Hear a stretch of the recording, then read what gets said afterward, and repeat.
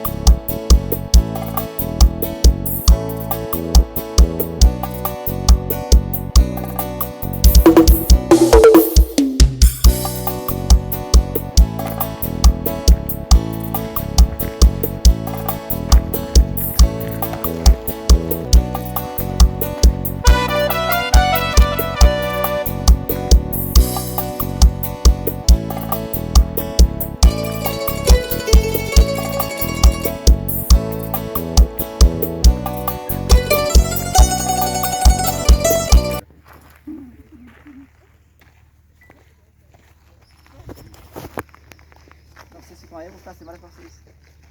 Até ficar perto de mim, né? Aqui. Aqui.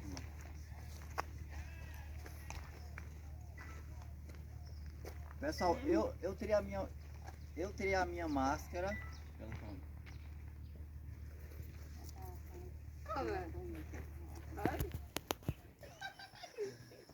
Parou. Cuidado porque o sol está vindo. Hoje está, né?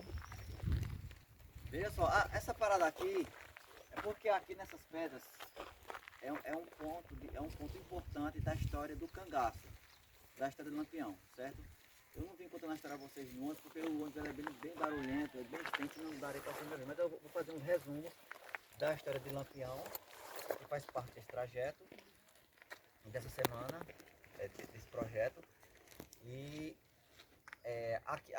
tanto aqui como lá, eu vou fazendo recortes. Se surgir alguma dúvida, vocês vão perguntando durante o trajeto, tá certo? Pra gente ser bem prático e fazer tudo dentro do horário. Essa parada aqui é porque aqui foi onde a questão entre Virgulino Ferreira e Zé Saturnino, seu primeiro inimigo, passou a ter cheiro de pólvora. Eles eram vizinhos, um nasceu no sítio Passagem das Pedras e o outro nasceu no sítio Pedreira. E quando eles foram crescendo, começaram a se desentender e criar questões bobas de vizinhos. E essas questões foram só se agravando, mesmo as famílias sendo muito próximas, sendo muito amigas, mas os filhos de Zé Ferreira, os irmãos Ferreiras e Zé Saturnino, começaram a se entender e não respeitar essa ligação que as famílias tinham. Até que em 1916, depois de uma provocação dos irmãos Ferreira para Zé Saturnino montou a emboscada aqui atrás dessas pedras para matar Antônio Ferreira e Virgulino Ferreira, que vinham passando com sua tropa de burros, que eles tinham uma tropa de burros por serem cacheiros viajantes, que era chamado de almocreve naquela época, tá certo? E aí dessa emboscada morreu uma burra da tropa de Virgulino, o irmão dele, Antônio Ferreira, saiu ferido na barriga e Virgulino saiu ileso. Dias depois houve a audiência feita pelo Dr. Augusto Santa Cruz, lá no Fórum de Serra Talhada, que é ali onde é a Casa da Cultura hoje. Ali onde é a Casa da Cultura, que é o museu da cidade, era o fórum. E o juiz, ele não quis saber quem era a vítima, nem o acusado. Ele viu quem era o mais alto na escala social para poder tomar a sua decisão. Quando ele viu que se tratava de uma família poderosa, riquíssima, e a outra parte era um agricultor, almocreve, aí ele disse, não, vocês vão ter que... O correto é vocês venderem o sítio e sair de lá. Aí o pai de Virgulino... Gente, eu estou falando assim Virgulino porque ele ainda não entrou no cangaço, nesse contexto que eu estou falando, certo? Então quando eu falar Virgulino é Lampião, tá bom? Então aí Virgulino e os irmãos contestaram, disseram que era de lá que eles tiravam o sustento da família. O juiz disse, então você não quer fazer acordo não, é? Procura um advogado para se defender. Então o cara foi a vítima e teve que se defender. Mesmo assim, mesmo eles achando injusto, foram atrás do advogado e ninguém quis pegar uma causa contra essa família, que era Nogueira, com Carvalho, com os Alves de Barros, era uma família poderosa. E os Ferreira era só os Ferreira mesmo, só os Ferreirinha.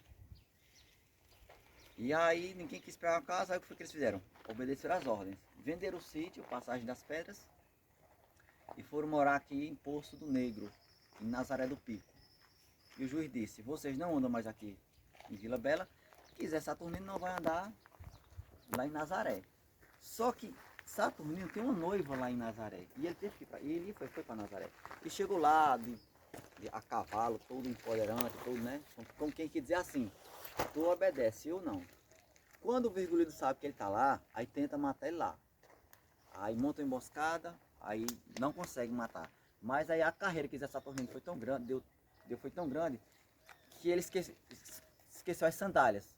Aí Virgulino pegou as sandálias dele lá, e saiu andando no meio da rua lá, ó, a carreira foi tão grande que esqueceu até as sandálias. E isso provocou uma revolta no pessoal de Nazaré, porque a noiva de Saturnino era lá, e o pessoal gostava muito desse pessoal aqui de Zé Saturnino. Então foi, daí começou a aparecer os primeiros e os maiores inimigos de Lampião, que foi o povo de Nazaré, a volanta dos nazarenos. E aí, depois, aí pronto, por conta dessas questões, eles são mandados embora de Nazaré e vão morar em Mata Grande, Alagoas. Junta tudo que tinha aqui e vão morar em Alagoas. Quando chega lá, alguns dias depois, a mãe de Virgulino, ela entra em depressão, ela ficou muito triste por ter que ter saído do sítio, onde ela passou a vida toda. Os filhos metidos numa questão grande desse tamanho, as injustiças que eles sofreram, né? Então ela teve um passamento, que é o mesmo que infarto, que ela chamava de passamento. Naquela época o infarto era chamado de passamento. Então ela deu o passamento e morreu. Uns 15 dias depois, Zé Saturnino mandou um telegrama lá para a polícia de Alagoas, para o tenente Zé Lucena, encomendando a morte dos irmãos, dizendo que eles tinham saído aqui fugido, que ele podia matar eles lá, que ele pagava e tudo. Ele armou uma história para matar os irmãos Ferreira lá. O tenente Zé Lucena é quem vai lá, o policial. Quando chega lá, o Virgulino, o Livino, o Antônio Rosa, estavam trabalhando. João, um dos irmãos dele, tinha saído para um sítio vizinho e estava em casa só Ezequiel, que era uma criancinha, as irmãs dele, Angélica, Nália, Virtuosa, Maria, as crianças lá, tudo irmão de Virgulino. Aí o policial chega lá procurando pelos irmãos Ferreira, dizendo que eles tinham saído aqui fugido, que eram um bandido, e que ele foi buscar eles. Aí o pai de Virgulino defendendo os filhos e o policial acusando, nessa discussão o policial vai e mata o pai de Virgulino. Pronto, aí quando ele sabe da notícia, volta para casa às pressas, aí os meninos lá contam como tem acontecido, aí quando ele decreta, então agora vamos enterrar os mortos e cuidar dos vivos, que a terra que foi molhada com o sangue do inocente vai ser ensopada com o sangue dos assassinos, que agora eu vou matar até morrer. Aí compra 3 rifles e algumas caixas de bala e manda um recado para o juiz daqui de Vila Bela. Avisa aquele juiz que eu estou com 3 advogados e 2.000 testemunhas para resolver minha parada. Aí entra no cangaço, procura o senhor Pereira e entra no cangaço, certo? Pronto, essa aqui foi a entrada, tá certo? Aí depois tem mais história pela frente, vão mandando porque senão o sol tá... Não é isso? Passando meio-dia. Ah, Maria.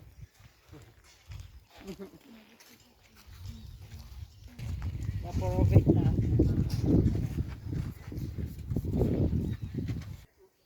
É a casa de Dona Jacosa, a avó materna de Lampião. Era de costume naquela época, quando a mulher ia parir, ia ter seus meninos, eles vinham para casa da mãe, tinha seu bebê, passava os 30 dias de resguardo e depois voltava para casa do marido, né? Para ficar mais do marido. Foi assim com todos os irmãos de Virgulino. Só que quando Virgulino nasceu, ele acabou ficando com a avó. E foi o único com a avó. A mãe de Virgulino deixou que ela ficasse cuidando da criança, porque há poucos dias ela tinha perdido o marido. O avô tinha falecido. Aí ela deixou ele cuidando da criança para ela se entreter, né? E aí ele foi que acabou ficando aqui, morando na casa da Dona Jacosa. A casa dos pais de Virgulino fica aqui a uns 600 metros de distância. Lá não tem mais nada. Era uma casa de taipa e aí o tempo destruiu, né? Tem só lá a marca, só tem lá a marca do espaço da casa. E aí foi aqui que Lampião nasceu, se criou, foi nesse terreiro aqui que ele brincou, mais é Saturnino, seu primeiro inimigo, né? Então, nós vamos passar pelo Rio São Domingos, que era onde ele tomava banho, dava água aos bichos. Hoje lá não tem mais passeio, porque aqui a chuva ainda não deu para encher, não. E aqui na frente da casa, aqui passava uma estrada, que era a estrada dos Rumeiros, que ia para Juazeiro do Norte, lá para o Padre Cícero, né? E também era a passagem dos viajantes, dos almocreves, dos caixeiros viajantes. Foi assim que Lampião aprendeu a profissão. Porque aqui era um ponto de parada desses Rumeiros, era um ponto de parada desses viajantes, que paravam aqui para tomar um cafezinho, almoçar, jogar a conversa fora, descansar um pouquinho. E foi no contato com essas pessoas que Lampião aprendeu a profissão de almocreve. Tá certo? Quando ele entra no cangaço, e aí que ele se mostra, aí ele mostra a sua habilidade, né? Por saber ler, por conhecer toda a região, e aí isso ajudava ele muito nas estratégias junto ao seu chefe, que era Senhor Pereira. Ao ponto de quando o Senhor Pereira resolve abandonar o cangaço, aí ele reúne o bando e diz: minha gente, estou indo embora para Minas Gerais, quem quiser ir comigo, vamos. Quem não quiser, o chefe é Lampião. No momento houve algumas resistências, alguns ciúmes de outros cangaceiros, porque Lampião tinha acabado de entrar no bando, estava com um ano, pouco tempo de cangaceiro, e já ia assumir o bando. Tinha Antônio Ferreira, que era seu irmão mais velho, que achava que ele que deveria ser o chefe. Mas Senhor Pereira foi categórico em explicar os motivos pelo qual ele havia escolhido Lampião. Pela forma estratégica que ele tinha, a capacidade que ele tinha, a inteligência que ele tinha, ele sabia ler, se informava de tudo. Você sabe ler naquela época era mais que um troféu, era tudo, né? Você ter leitura naquela época. Então, assim, aí os cangaceiros se convenceram de que o chefe é Lampião. Aí quando o Lampião entra, ele assume a chefia, aí ele dá uma nova roupagem, ele dá uma nova cara, a um novo método dos cangaceiros agir. Ele cortou muitas coisas erradas que o cangaço fazia, até para poder se manter como chefe do bando e até para ter apoio do mais pobre agricultor ao mais rico fazendeiro, coronel, prefeito, governador do estado que apoiava Lampião, tá certo? E aí vou dar uma pausa aqui na história e a gente continua nas trilhas. Nós vamos agora fazer uma visitação na casa de Lampião, se bem que ela não lembrava de muita coisa, porque ela estava aqui muito criancinha, então ela assim, era só alguns relances que ela tinha da lembrança da casa, e uma fotografia de 1954. Pegamos essa fotografia, e aí nós subimos a casa e imobiliamos como se Dona Jacosa, a avó de Lampião, estivesse morando aí, tá certo? Então fiquem à vontade, só peço que não toquem os objetos, e podem tirar foto à vontade. Eu vou dar um tempo de 10 minutos para vocês verem a casa, tirar as fotos e a gente ir para as trilhas. Tá certo?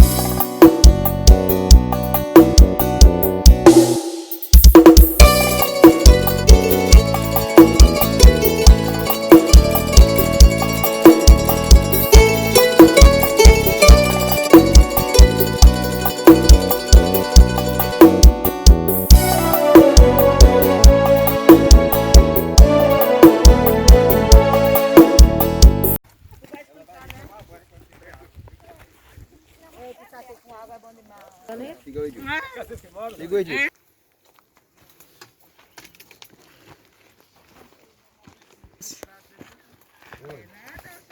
Quais os nomes das trilhas que nós estamos? Aqui? Aqui é a trilha do Pereira.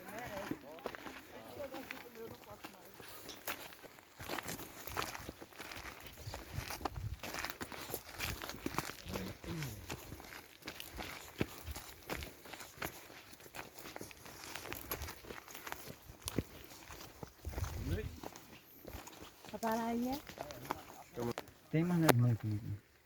lá A hora na serra lá tem. no terreno do meu avô, tem muito pé de umbu. Aí, acaba largando. Tem maior aqui. Madurinho.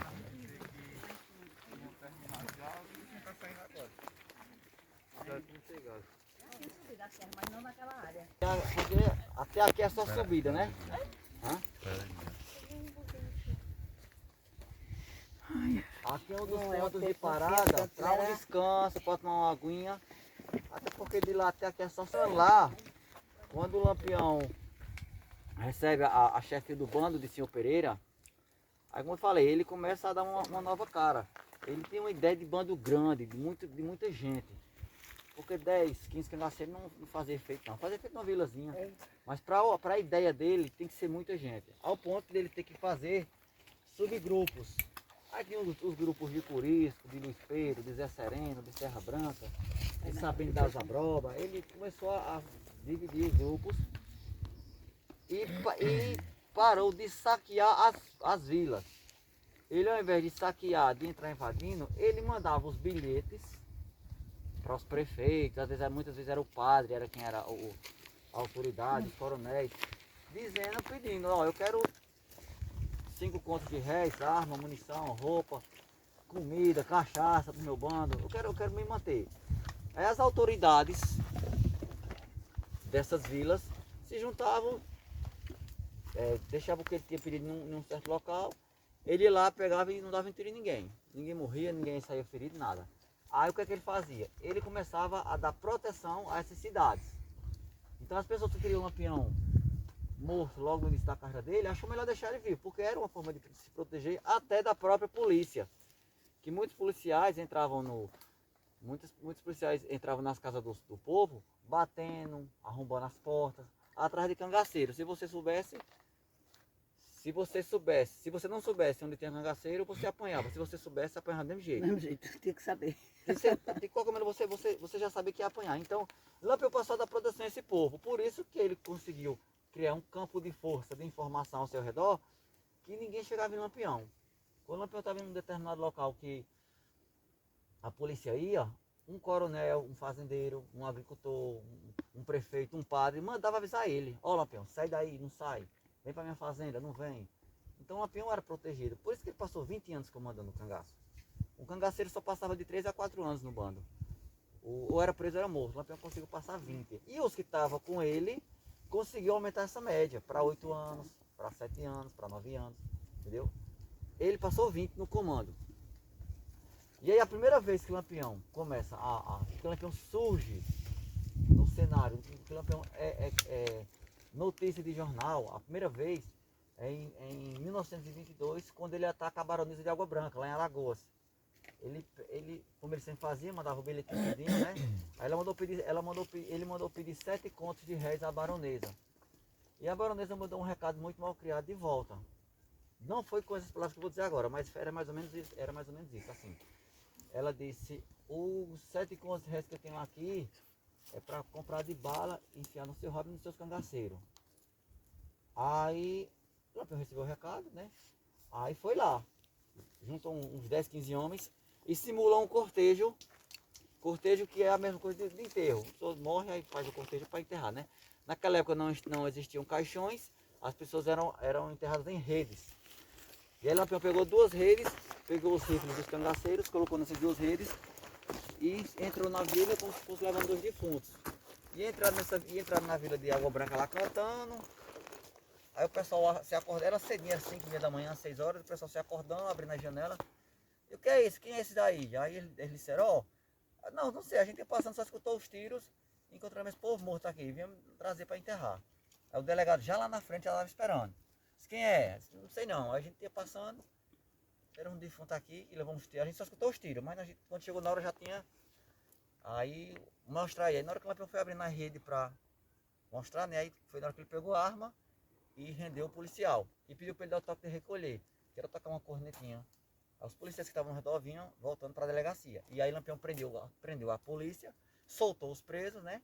Aí dominou a vila. Aí foi lá na casa da baronesa, aí pegou um baúzão de ouro, pegou um monte de joia que ela tinha lá, pegou mais do que ele tinha pedido em dinheiro, uma fortuna. Aí foi que ele ficou poderoso mesmo com esse saque. Aí pronto, aí pegou a filha dela, colocou aqui do lado e saiu desfilando no meio da rua, né? E o povo tudo assistindo, tudo vendo, achando lindo aquilo, porque ninguém lá gostava da baronesa, lá de Água Branca, e achou aquilo lindo. Foi assim que o Lampião também começou a conquistar mais fãs, pelas formas que ele atacava as vilas, né? E aí pronto, ele levou ela até o final da rua, aí soltou e foi embora. Aí só quiser, ó, se não mandar eu venho buscar, né? Deu o recado. Pronto, aí foi quando ele apareceu pela primeira vez nos jornais.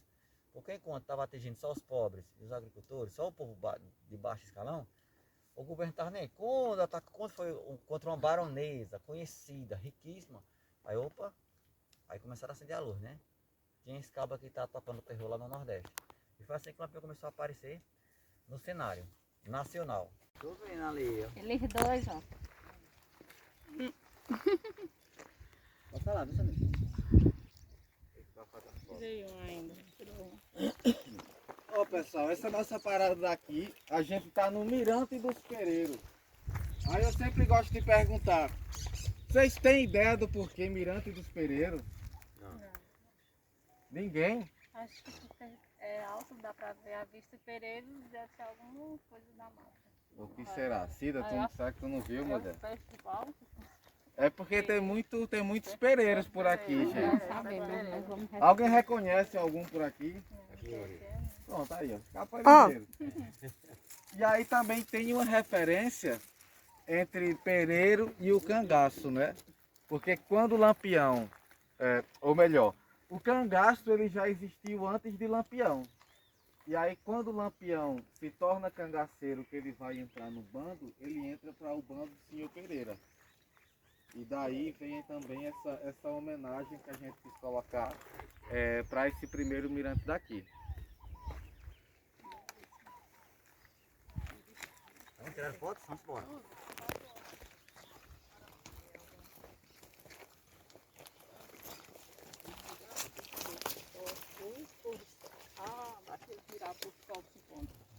É mais fácil Infelizmente, se a gente for esperar o sol se pôr, vai demorar um Tinha pouco. que ter trazido para fazer um piquenique. Tá a barraca, porque é tanta pedra. Já estamos todos pôr do sol. E acho que o nome já é bem sugestivo, porque aí a gente pode ver o sol se pondo aqui, né? Infelizmente não vai dar para ver hoje, mas a gente já vai deixando aí esse convite para vocês, para que possam vir no momento para estar apreciando. Essa aqui também à direita é a Serra Vermelha. A Serra Vermelha aqui da região. Perguntaram antes por que o nome da Serra Vermelha, mas é pela coloração dela, pela presença de muito barro, né, que é esse tipo de solo que a gente tem mais argiloso, que tem muito ferro. Mas também que é um ponto muito estratégico, acho que o Lampião quando teve para cá, ou talvez até Virgulino, né? Mas pode estar tendo ali uma vista panorâmica e privilegiada do que está acontecendo por aqui, né? É um ponto floresta amazônica, normalmente a gente vê aquelas árvores que chegam até a 50 metros, 60 metros, mas fica muito difícil aqui no nosso clima, no nosso bioma, as árvores ter esse porte por conta do clima que a gente tem desse período seco. Além disso, a aroeira ela tem uma espécie, que eu acho que não é essa aqui, um tipo de aroeira que ela produz uma pimenta rosa. É uma pimenta que nem arde, na verdade, ela é mais o sabor. Mas como parece muito com aquela pimenta preta, aquela pimenta branca, aí o pessoal chama de pimenta também, pimenta rosa. Ela possui um tronco muito bom também para a construção civil, para estar fazendo caibo, para estar construindo casa. E mais uma vez, esse tipo de extração é o que coloca ela em risco de extinção. Vamos lá? E por que pareça, o nome científico dela tem tudo a ver. Eu ia falar alguma coisa da aroeira e deu um branco miserável. Ontem me perguntaram por que umburana de cambão. E aí a pessoa que perguntou, ela mesmo respondeu. Tinham falado no curso e eu tinha até esquecido.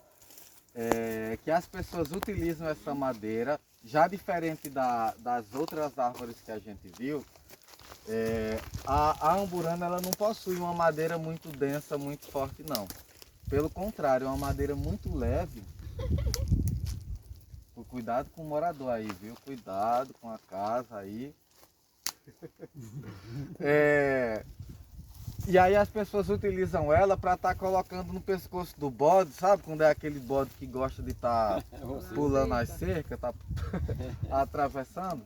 Aí como ela não pesa muito, mas ela de certa forma chega a ser firme, aí coloca no pescoço dele. Isso é o cambão. Por isso que o pessoal chama de umburana de cambão. Também, né? Ela é flexível também, né?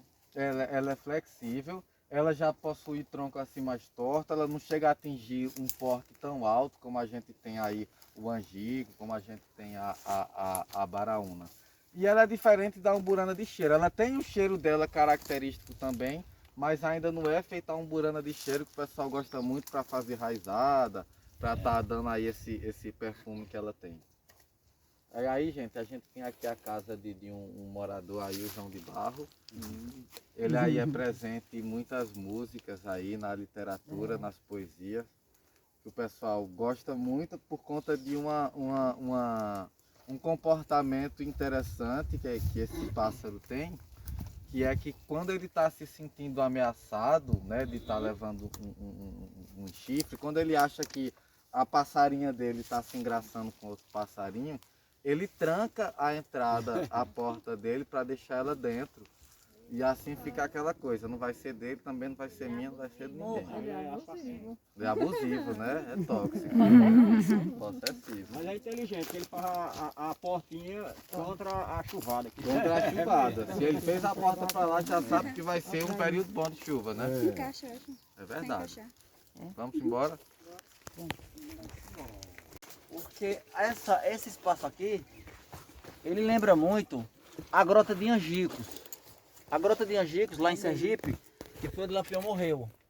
Mas se você olhar assim, ó, naquele setor ali de cima, isso aqui é bem parecido lá com a Grota de Angicos. Lá em Angicos é um pouco maior, mas a lembrança, assim, a visão que você tem é mais ou menos essa. Foi quando o Lampião resolveu ir lá para Angicos, né? Ele foi passar uns dias lá em Angicos. Só o Lampião quis ir para Angicos, porque ninguém confiava lá naquele lugar. Mas o Lampião foi para lá para se reunir com alguns cangaceiros, alguns chefes de bando, para vingar a morte de um cangaceiro chamado Serra Branca. Serra Branca era um cangaceiro que era chefe de bando, e Zé Rufino, um policial chamado Zé Rufino, acabou com o bando de Serra Branca, e Virgulino estava lá reunido para vingar a morte dele. E também Lampião já estava com o pensamento de deixar o cangaço. Lampião já ia fazer 41 anos, estava com 41 anos. Já estava com o corpo já meio cansado, né? Já não tinha mais aquelas habilidades todas. O Maria Bonita aperreando para ele sair. Que Maria Bonita tinha passado uma semana no médico, em Propriá, lá em Sergipe. E Maria Bonita passou esse tempo lá em Sergipe, vivendo em sociedade normal, assim. E ela olhando, mas rapaz, como é bom, né? Assim, viver. Ela sentiu saudade de quando ela era uma civil comum. E aí chegou moendo no pé de Lampião, eles brigaram esses dias tudo lá. Os cangaceiros também não queriam ir lá para Angicos, porque lá era só uma grota assim, só tinha uma entrada e uma saída. Curisco, inclusive, disse, ó Lampião, não vá para Angicos não, que Angicos tem só uma entrada e uma saída. E coito com entrada e uma saída é cova de defunto. Lá não é bom não. Ele Lampião, não rapaz, lá é coito seguro, Pedicanda, que é coiteiro, que era um coiteiro dele. Já levou bebida, comida, já tá tudo de boa lá, vá para lá. Então tá bom, o senhor vá na frente, depois eu chego por lá. E aí pronto, aí Lampião passou uns dias lá. Quando o Pero de Cândida, que era esse coiteiro de Lampião, estava levando mantimentos, bebida, mais armas, mais munição para Lampião, na volta ele foi preso e foi torturado. Bateram bastante nele, arrancaram as unhas dele. Foi uma pisa da gota que ele levou. Aí ele acabou entregando Lampião e o bando, né? Dizendo quantos homens tinha, a quantidade de munição, tudo, ele passou tudo. Aí o policial mandou um telégrafo dizendo que eles tinham um código: boi no pasto, venham. Que como Lampião tinha muita gente infiltrada em todo canto, eles tinham que ter um código para Lampião não saber, porque dentro dos telégrafos tinha pessoas do Lampião também infiltrada. Aí esse código boi no pasto, venham, o Lampião não sabia. Aí era para a polícia. Aí veio a polícia veio correndo para Piranhas, né? Que tinha Piranhas, tinha o Rio São Francisco e de Sergipe, lá na Grota de Angicos. Então o pessoal veio de Alagoas, atravessou o rio e cercou a grota no dia 27 de julho, né, de 1938. E foram descendo, tipo fazendo um funil aqui, assim, descendo. O Lampião estava no meio da grota e os policiais iam descendo. E deixou o Lampião lá, farrando a noite toda, brincando com os cangaceiros, o Luiz Pedro todo lá brincando. Em uma conversa entre Sila e Maria Bonita, elas estavam conversando. Eles fizeram tipo no esquema que Lampião fez na casa do Zé Rufino, né? Do primeiro inimigo dele, né? José Saturnino. Fechou o cerco, exatamente. Saturnino. Isso. Saturnino. Aí, nenhuma conversa entre Maria Bonita e Sila percebe algumas luzes no meio do mato. E diz: ô Maria Bonita, eu tô vendo umas luzes ali, que é aquilo? Maria Bonita nem olha. Diz: não, olha, isso é vagalume, nessa época isso aqui é cheio dessas coisas, não se preocupe não. E ela assim, bom, Sila tinha acabado de entrar no cangaço, Maria Bonita era mais experiente, né? Então se ela tá dizendo, eu não vou, mas não era vagalume, eram os policiais clareando o mato para ir chegando. Aí pronto, aí Maria Bonita com a cabeça bem perturbada, porque estava brigando mais Lampião.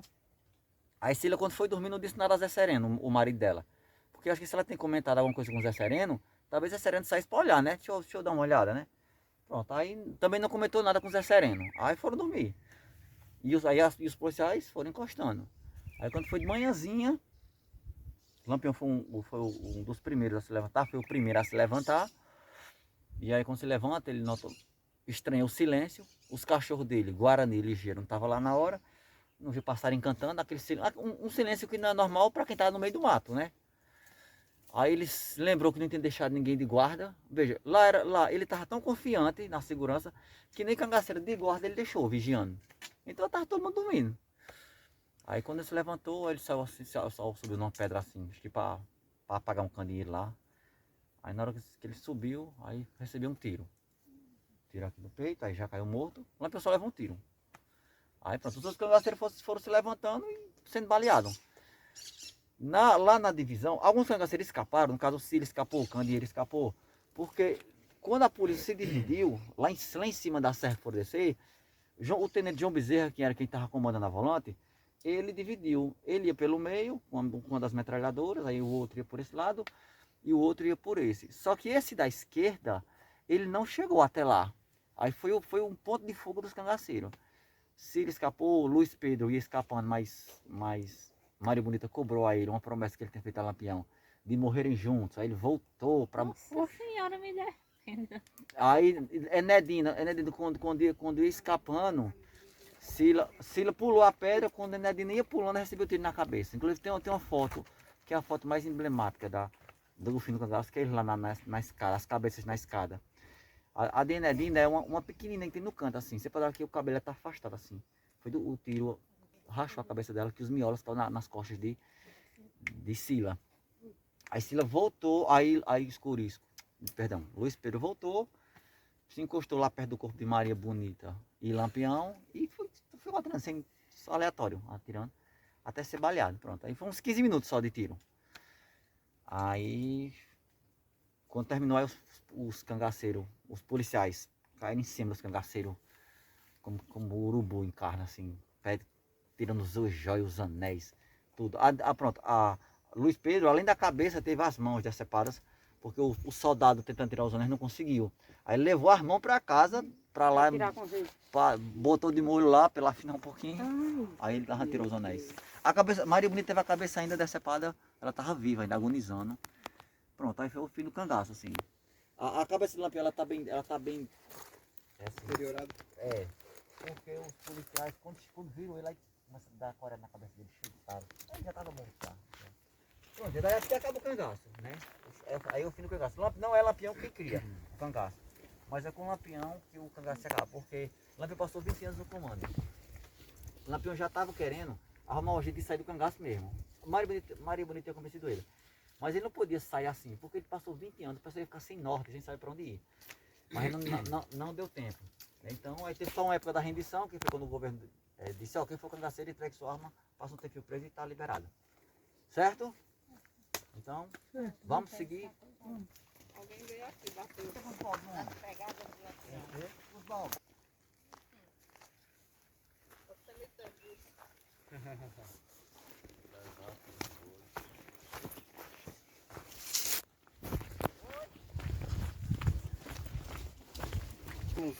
A casa de Dona Jacosa.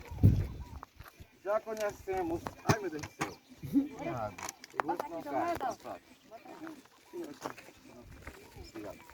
O Riacho São Domingos, que a gente passou agora, como eu falei, o Riacho ele vai desaguar no Rio Pajeú. A gente fez a trilha dos Mirantes, por onde a gente passou pelo Mirante dos Pereiros e Mirante do Pôr do Sol, né? Agora a gente vai para esses dois aqui, gente. O Rancho dos Cangaceiros, onde a gente vai ver um local onde como é que eu chamo? Um exemplo, uma réplica de como os cangaceiros ficavam na mata, como eles se acampavam, né, já que eles eram nômades. E em seguida a gente já emenda com a trilha dos imbuzeiros para a gente conhecer um pouco melhor isso aqui que nos rodeia, a nossa flora principalmente, quais são as árvores aqui da Caatinga, tá certo? Vamos embora que aqui está no sol, é melhor nós ficar conversando por lá. Gente, Bom, pessoal.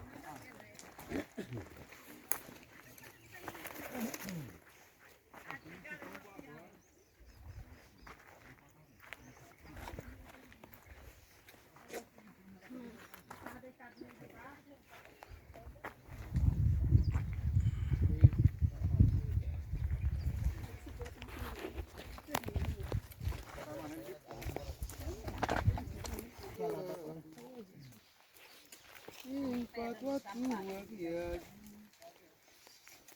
meus olhos eram dois. Pessoal, olha, isso aqui é os ranchos. São modelos dos ranchos que os cangaceiros faziam quando iam acampar nas fazendas. Esses ranchos eram feitos assim quando eles iriam passar mais de uma semana em uma fazenda que estava seguro. Aí eles faziam assim, nesse modelo. Porque eles não podiam deixar pista para ninguém. Então não podiam armar um rancho desse no meio do mato, porque senão a polícia ia chegar facilmente. Então era assim que eles se acampavam, assim que eles descansavam no sítio. Quando era no meio do mato, era um negócio mais simples. Pegava um pé de pau assim, armava perto da árvore mesmo, e quando era para ir embora, juntava tudo, sem deixar nada para as polícias não verem, tá certo? Então era exatamente assim que os cangaceiros armavam suas barracas dentro das caatingas. Podemos? Depois falar de cachaça. Pessoal, tá achando falta. Ah, tá aqui. Vamos a gente falar aqui muito, né, da história do cangaço, de Lampião, que foi uma pessoa que nasceu aqui, mas a gente vai tentar focar agora em falar no cenário de onde acontece toda essa história. E o cenário de onde passou essa história do cangaço foi a Caatinga. Para quem não sabe, Caatinga é o nosso bioma, que é o que caracteriza as nossas plantas, as nossas árvores, os seres vivos, né? Os nossos animais. E a Caatinga é o bioma que acontece aqui. Ele está mais ou menos, ocupa 11% do território do nosso país. Já no Nordeste, se eu não me engano, é 76%. Então a gente vê aí a predominância desse bioma, que ele é exclusivo brasileiro, unicamente brasileiro, só acontece aqui no Brasil, e que tem toda essa biodiversidade aí, mais rico inclusive em biodiversidade, em quantidade, né, de espécies, de aves, de mamíferos, de répteis, do que a Amazônia. A Caatinga, para quem não sabia, ela tem mais diferentes tipos de espécies por metro quadrado do do que a Amazônia. Acontece que a Amazônia ela tem uma área bem maior. Aí, pelo número absoluto, de fato, eles têm mais.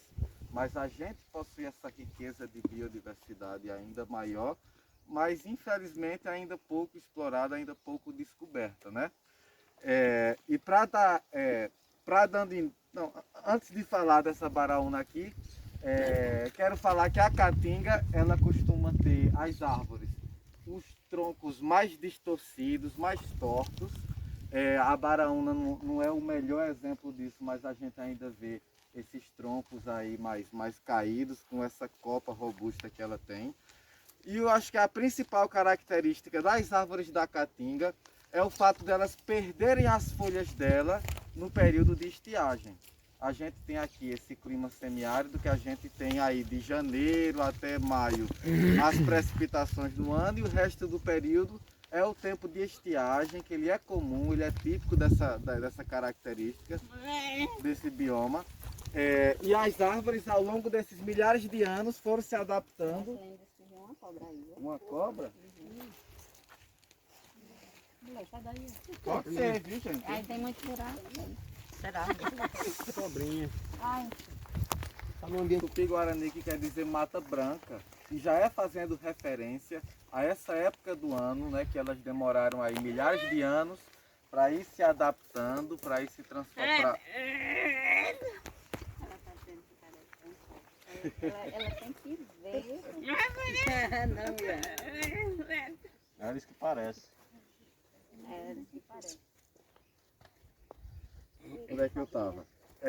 Que nesse período de estiagem elas aprenderam a estar perdendo as folhas delas para estar economizando água. E a gente vai ver aí alguns exemplos e até algumas exceções a essa regra. A gente tem aqui a baraúna, que ela é uma árvore que ela possui um alto porte, ela pode chegar aí às vezes até 10, 15 metros, se for um terreno fértil, tendo aí as condições adequadas para ela crescer. Ela possui uma madeira que ela é muito dura, muito resistente, bastante utilizada aí na construção civil, para estar elaborando algumas ferramentas, às vezes até caibo de enxada, alguma coisa assim. Ela também tem suas aplicações na medicina, o pessoal faz bastante uso medicinal dela para questões de anti-inflamatórios, para estar estancando cortes. E ainda também tem uso em rituais indígenas, é considerado para alguns povos como uma árvore sagrada, tá certo? Vamos continuar que a gente vai ter mais árvores aí para a gente. Mas eu vou. Falangico, quem gosta da história do Lampião lembra logo lá da grota de onde ele morreu, né? Ele morreu na grota de Angico. Quem gosta mais de viajar lembra de uma cidade, Potiguar, lá do Rio Grande do Norte, que se chama Angico também. E para quem gosta da natureza, quem é catingueiro mesmo, aí vai lembrar dessa árvore aí maravilhosa. Eu tinha falado que a caatinga ela é uma árvore que normalmente ela possui troncos tortos. Aí a gente olha para a quixabeira, a gente olha aí para o juazeiro, aí eu acho que a gente já entende um pouco melhor dessa característica. Mas aí já o angico, a aroeira, são árvores que possuem troncos mais retos. O angico também possui uma madeira muito densa, uma madeira muito dura, que é muito boa para a construção civil. Ela também faz parte para alguns rituais indígenas, principalmente para fazer rapé. É considerada para eles uma árvore santa também. Todas elas aqui, elas possuem essa habilidade, aliás, todas não, né? O juazeiro não. Mas de estar perdendo aí as suas folhas, elas possuem um tipo de bage, que a gente pode ver aqui a quantidade absurda, que delas também, dessas sementes, consegue fazer um tipo de tintura. Ela também tem aplicações medicinais, também para essa parte de infecção, para como é que chama? Para alguns tipos de escorrimento, para estancar sangue também. Aqui na nossa frente a gente já tem um juazeiro. E aí juazeiro quer dizer a árvore que dá o fruto do juá, né? A gente tem um umbu, que dá um umbuzeiro, que a árvore é um umbuzeiro, né? A gente tem o juá, a árvore é o juazeiro. E o juazeiro, diferente das outras árvores, né? Da maioria das árvores da caatinga, ele tem a habilidade de ficar verde mesmo no período de estiagem. É muito fácil a gente conseguir identificar um juazeiro, porque no período seco ele vai ser a única árvore provavelmente que vai estar ali verde durante todo o ano. Eles possuem os frutos que eles são comestíveis, e o interessante é que as suas flores e os seus frutos eles ocorrem no período mais crítico de estiagem. E aí isso é fundamental para que as abelhas, principalmente as abelhas nativas daqui, quem não sabe, gente, Eita, aqui tem, ó. Já tem aqui. uns frutozinhos, né? Não, essa abelha. Ah, E esse negocinho na coisa é o quê? essa chama de angico de caroço. Ela tá doida. E aí, gente, aí, ó. tá começando agora, né? Cadê? E aí, gente, é fundamental o juazeiro que colocam suas flores nesse período para que as abelhas possam estar polinizando. E aí eu estava falando, né? As abelhas sem ferrão, que são as melipônias, elas são as abelhas nativas daqui e elas precisam desse tipo de árvore para extrair o seu alimento. A gente tem ainda a quixabeira. Por favor. Sobre o juazeiro, Por favor. que antigamente o pessoal usava a raspa do juá para escovar o dente e lavar o cabelo. É verdade. Exatamente, eu lembrei. Pra estar limpando o rosto Eu ia falar na também. sequência. Quem tiver caspa pode fazer também. É excelente. E funciona mesmo. Principalmente essa para escovar os dentes, né? É, foi muito usada. Já tem creme dental, né? É Industrializado. verdade, é verdade. E as pessoas se aproveitando aí dessa Escuma sabedoria popular, né? A gente tem também, gente, a quixabeira, que também é conhecido como rompe-gibão. E daí dá para ter ideia da força que tem esses espinhos dela, né? Ela também dá uns frutos, que eles também são comestíveis, assim como o juazeiro. Eles são muito importantes para as abelhas daqui da nossa região. Mas aí tanto o juazeiro, como a quixabeira, como o angico, elas são espécies que estão ameaçadas, que estão em risco de extinção. E aí, mais uma vez, a importância da gente estar fazendo reflorestamento, estar recatingando e da gente ter momentos assim como este, só de contemplação, né? Da gente ter aí árvores como essas, que com certeza foram testemunhas da história que aqui aconteceu. Ah, e tem a catingueira, gente.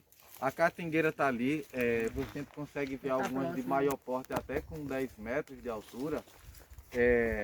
E ela é utilizada às vezes até para forragem animal. Agora com um detalhe assim, a folha dela só é interessante para o bicho ou quando ela está começando a nascer ou já quando ela está seca. No período, vou dizer assim, do meio intermediário não é muito interessante, às vezes causa um desconforto, pode trazer alguma doença, algum tipo de intoxicação. Até matar o bicho. Pra Tem os bichos. uma delas que pode até trazer risco de morte, né? Exatamente. Tem que fazer um processo aí de forragem depois que ela já tá, verdinha assim, para dar certo.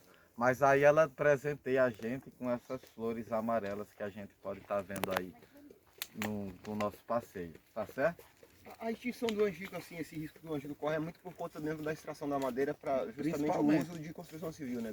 Exatamente, e porque não é um uso sustentável, né? As pessoas retiram, mas não têm o cuidado de estar replantando. A mesma coisa acontece com a quixabeira, que a madeira é muito utilizada para fazer artesanato. Carranca, o pessoal gosta muito de fazer carranca, mas não tem o cuidado de fazer o replantio. Que nem naquela região de Minas. Tem a preservação, né? Que a galera faz os plantios, né? Eucalipto, para fazer papel. Se não me engano é com eles que Não, fazem. papel é com aquelas, como é que tem seringueira? Seringueira. Seringa, qual é o nome dela? E falar de quixabeira, né? Para quixabeira, é interessante que lá em Betânia, onde minha esposa nasceu, é o sítio Quixabeira, Quixaba, lá é Quixaba. Isso aí, essas plantas aí tem demais lá, inclusive na seca grande mesmo, que nem fruto tinha, o meu sogro tirava um pedaço da galha aí, que tem sempre umas folhinhas verdes, Aí sai arrastando nas costas para dar os cabritinhos É novos. forrageiro Para não também. morrer de... A folha, é verdade. Tanto o fruto como as folhas. Eu vi muito eles fazerem isso. Interessante. Vamos embora. O camarão já veio pra caramba grandão. Tá salgado. E é você batendo uma pedra no chão. E aí, a depender do barulho que a gente escutar, a gente pode saber se tem ou não uma batata aqui. Eu acho que já está marcado aqui de ontem. Vamos ver. Silêncio aí. Se der fofo, Vai fofo. Vamos ver aqui. ali, ó. Ó. Aqui tem uma batata. Aqui Ó. tem. Dá pra ver a diferença? Se a gente cavar aqui, de certeza. Minha mãe dizia que ficava uma cruzinha aí em cima. Pode olhar que tem uma cruzinha também, marcando. Se alguém tirar essa pedra do lugar. Aí tu briga, viu? A gente pode chamar um buzeiro do camelo vegetal, né? Uma poesia que fala exatamente da nossa flora da Caatinga. Também fala, né, da resiliência, né, do povo, né, sertanejo que é forte. E da seca também, que ainda é, né, uma realidade. Então, vamos lá. Por Jurema, Angico e Marmeleiro, Catingueira, Baraúna e Xique-Xique, eu não vejo aquele que explique o poder da raiz do umbuzeiro. Mas a seca, feroz que vem ligeiro, deixa cinza e branca a imensidão, um deserto de vida e solidão. Mas um povo feliz e dedicado. Só quem pisa esse chão esturricado é que sabe os problemas do sertão. Gostaram, gente? Eu já vou aproveitar também. Obrigada pelas econômicas. Eu tenho uma poesia do cangaço também, eu vou recitar aqui bem ligeirinho também. Viu? Malhada, Que é bem, eu né? fico a imaginar, no tempo de Vila Bela, a cabroeira passar. E levantando a poeira, eles cruzavam os sertões, levando nas mãos o rifle e no comando o capitão. A volante até que perseguia, mas não conseguia entender. Quando se embrenhava no mato, ninguém conseguia ver. E nas margens do São Francisco, em plena aquelas ruínas, eles iam se esconder. Mas foi lá no riacho do Angico que a saga medonha aconteceu. A volante cercou de repente, Lampião e Maria morreu. E ainda alguns cangaceiros, que eram fiéis companheiros, também foram com o capitão. Virgulino Ferreira, Lampião, nas caatingas do sertão se criou. E assim se fez o homem do sertão. Também. Boa. Me bota aqui dentro desse filme. Pode me filmar, viu? Certo. Quando eu andar, você filma. Tá bom. Porque aí...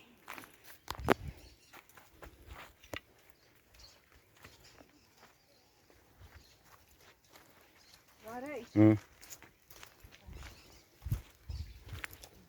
Ela acompanha já o pessoal, né, Juarez? É. Ai, Juarez. Sabe o que eu vou fazer? Hum. É que quando eu chegar em casa, eu vou fazer uma... Vou editar. Aí eu coloco toda um áudio, sabe? Sei. Vamos pra cá. Chega, Juarez. Aqui também, Juarez. Aí quando chegar, eu tiro o fim, sabe? É. Chegar lá, eu tiro o fim. Não manda fazer pra mim também. É quando eu editar, viu? Só quando eu editar. Bom, aqui, já sabe, né? Vamos ver. Aqui é uma réplica. O camarão já veio pra caramba grandão. Ai, E é você batendo uma pedra no chão. E aí, a depender do barulho que a gente escutar, a gente pode saber se tem ou não uma batata aqui. Eu acho que já está marcado aqui de ontem. Vamos ver. Silêncio aí. Se der fofo, Vai fofo. Vamos ver aqui. ali, ó. Aqui, Ó. Aqui tem uma batata. Aqui Ó. tem. Dá pra ver a diferença? Se a gente cavar aqui, de certeza. minha mãe dizia que ficava uma cruzinha aí em cima. Pode olhar que tem uma cruzinha também, Tá vendo, né? marcando. Se alguém traz essa pedra do lugar. Aí tu briga, viu? A gente pode chamar um buceiro do camelo vegetal, né? Uma poesia que fala exatamente da nossa flora da Caatinga. Também fala, né, da resiliência, né, do povo, né, sertanejo que é forte. E da seca também, que ainda é, né, uma realidade. Então, vamos lá. Por Jurema, Angico e Marmeleiro, Catingueira, Baraúna e Xique-Xique, eu não vejo aquele que explique o poder da raiz do umbuzeiro. Mas a seca, feroz que vem ligeiro, deixa cinza e branca a imensidão, um deserto de vida e solidão. Mas um povo feliz e dedicado. Só quem pisa esse chão esturricado é que sabe os problemas do sertão. Gostaram, gente? Pois eu vou aproveitar também para... Obrigada pelas econômicas Eu tenho uma palmas. poesia do cangaço também, eu vou recitar aqui bem ligeirinho também, viu? Malhada, Que é mesmo, eu né? fico a imaginar, no tempo de Vila Bela, a cabroeira passar. E levantando a poeira, eles cruzavam os sertões, levando nas mãos o rifle e no comando o capitão. A volante até que perseguia, mas não conseguia entender. Quando se embrenhava no mato, ninguém conseguia ver. E nas margens do São Francisco, em plena aquelas ruínas, eles iam se esconder. Mas foi lá no riacho do Angico que a saga medonha aconteceu. A volante cercou de repente, Lampião e Maria morreu. E ainda alguns cangaceiros, que eram fiéis companheiros, também foram com o capitão. Virgulino Ferreira, Lampião, nas caatingas do sertão se criou. E assim se fez o homem do sertão. Muito bem. Boa.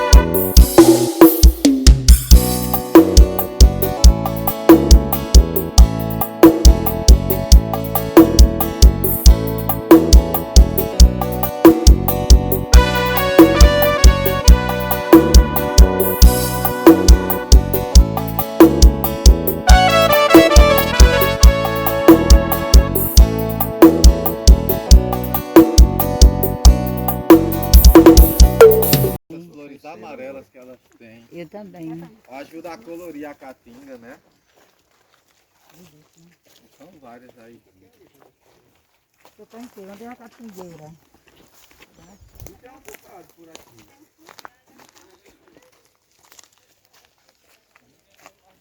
Vou tirar uma foto minha nessa catingueira. Tu tira? Valeu, nega. Ai! Aqui tem 1.394 metros, tá certo? Está aqui KM, mas é porque foi um erro de digitação. A gente vai corrigir depois. Isso aqui é em metros, certo? O tempo médio do percurso é de 57 minutos, porque a gente para muito. A gente para 3 vezes. E nessas paradas tem uma conversa, tá? Tem um descanso, porque tem uma parte que é só subindo. Aí a gente para no pé do luzeiro para dar uma descansada, tá certo? A altitude máxima é de 416 metros, a mínima 378. Certo? Só aqui no início dela é que tem uma subidinha mais íngreme, que a gente vai precisar de um pouquinho mais de esforço, tá bom? Mas que depois é de boa. Aqui é de moderadamente severo, ó, caminho, sinalização que indica a continuidade. Então durante o percurso vocês vão ver as placas indicando para onde a gente vai passar, tá certo? Percurso por trilha escalonada, o terreno irregular. O esforço é um esforço moderado, então a gente não vai precisar fazer tanto esforço. Só mais ou menos. E como eu falei, é mais aqui nesse início, que ela é subida, aí depois da primeira parada, aí é só de ladeira abaixo, é só descendo. É na banguela, como se diz. Aí né? na volta é subindo. Não, aí a gente vai entrar na outra, aí a outra lá a gente explica. Que a outra é só, aí a outra é só plana, não tem subida nem volta descida. não. Tá bom? Quer falar alguma coisa, Nino? Foi degradado por motivos da questão da própria agricultura convencional. Mas também a gente entender que isso aqui embaixo, é por onde passa o rio São Domingos. E as árvores que elas passam ao redor do rio, próximo ao rio, a gente chama de mata ciliar. E fazendo referência ao cílio que a gente tem, né? E essa mata ciliar, ela é crucial para a qualidade do rio, para a vida, para a saúde do rio. A gente precisa, para manter o rio limpo, para garantir as espécies de peixe e as demais espécies de animais ao redor daqui, para que não tenha erosão, para que não tenha assoreamento do rio. Por isso é importante a gente ter essas áreas aí bem preservadas, por isso a gente fez esse reflorestamento, esse recatingamento aqui. Tá certo, gente? Aproveita aí. Miranda de Pereira.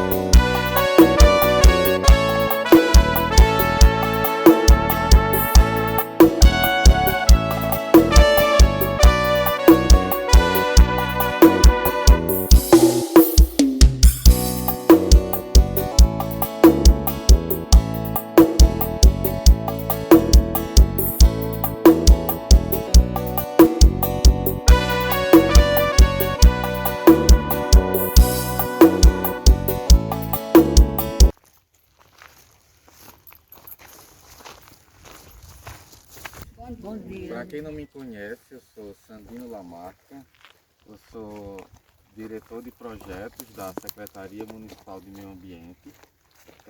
E aí esse evento ele veio porque ontem foi 1º de março, foi o Dia Mundial do Ecoturismo. E daí, para a gente estar comemorando essa data, a Secretaria de Meio Ambiente propôs aí essa semana de atividades. Que está incluindo até a quinta-feira, até sexta-feira, visitações.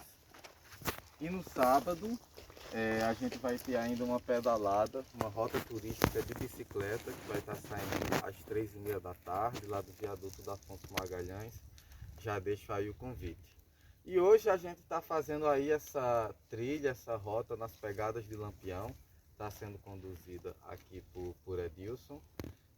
E eu aproveito aí primeiro para agradecer a vocês pela companhia e para dar aqui alguns avisos sobre essa dinâmica aqui da trilha. Primeiro, vocês estão vendo que temos a honra aí de ter nossos colegas, nossos amigos surdos para estar participando, mas eu estou falando isso para vocês terem o cuidado de não passar na frente deles enquanto ela estiver traduzindo, enquanto Lady Jane estiver traduzindo, porque aí de fato vai dificultar a compreensão deles, tá certo? Então é interessante que quando a gente estiver fazendo as trilhas, a gente dê prioridade a eles para ir passando na frente e aí a gente vai acompanhando, tá certo?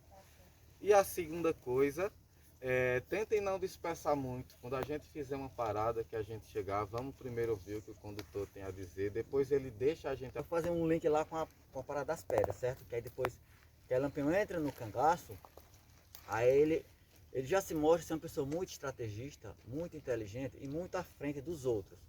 Primeiro porque eu era o único que sabia ler, né? Ele aprendeu a ler. E ele conhecia toda a região como a palma da sua mão por ser almocré, por ser caixeiro viajante, que viajava em todas as localidades comprando e vendendo mercadorias.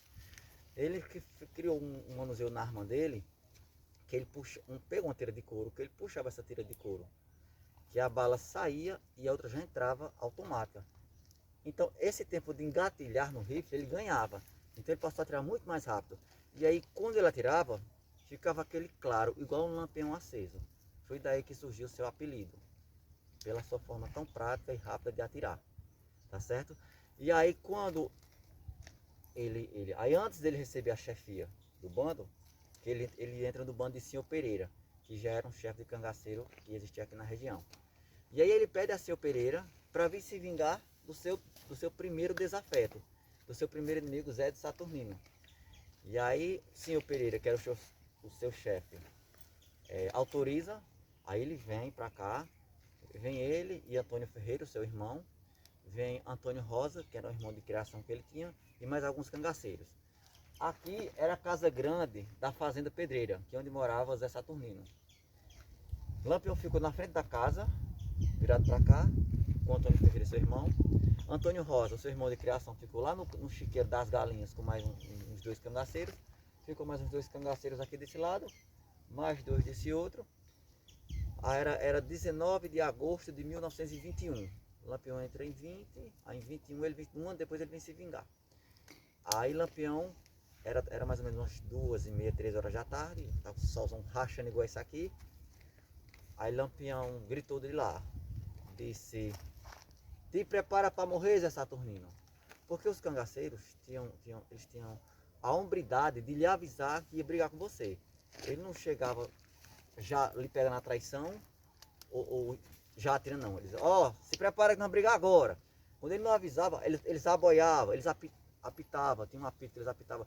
Mas eles sempre avisavam antes de partir para o combate. Nunca pegava a traição. Então, Lampião respeitou o seu primeiro inimigo e disse: se prepara para morrer, Zé Saturnino. Aí quando ele falou isso, quem estava dentro de casa já se armou e foi para o confronto. E aí houve uma tarde de tiroteio, de gritos, Em um certo momento do tiroteio, o Lampião percebe que os tiros dentro de casa estão mais pouco. Aí então ele achou que a munição estava se acabando. Ele deduziu que a munição estava se acabando.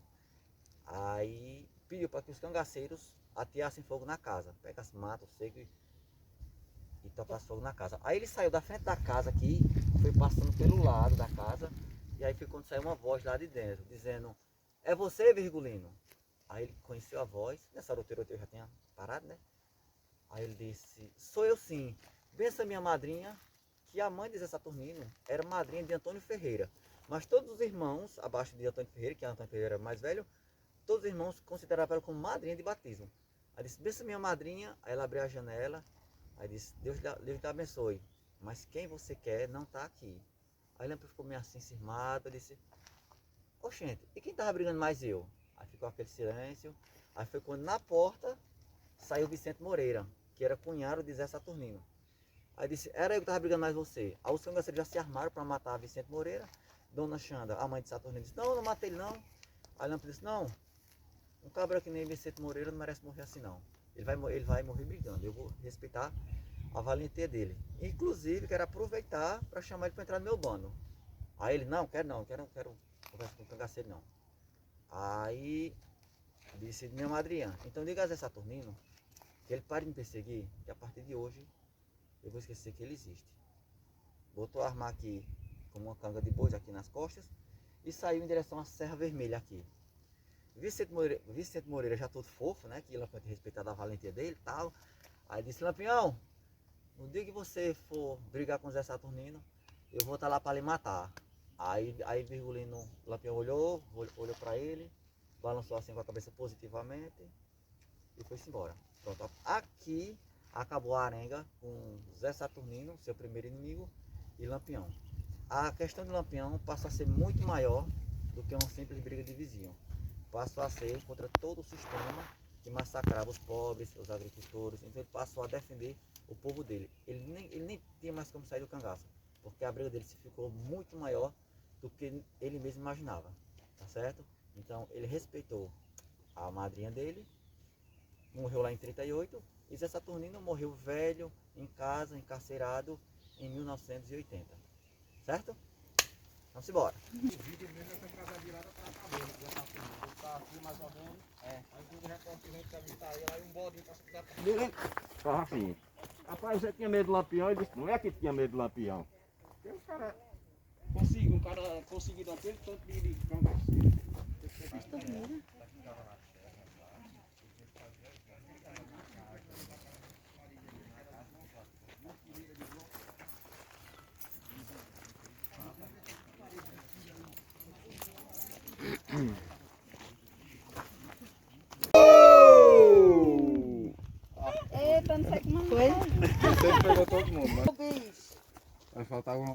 pessoas. Acho que pode fazer em outro lugar, porque aqui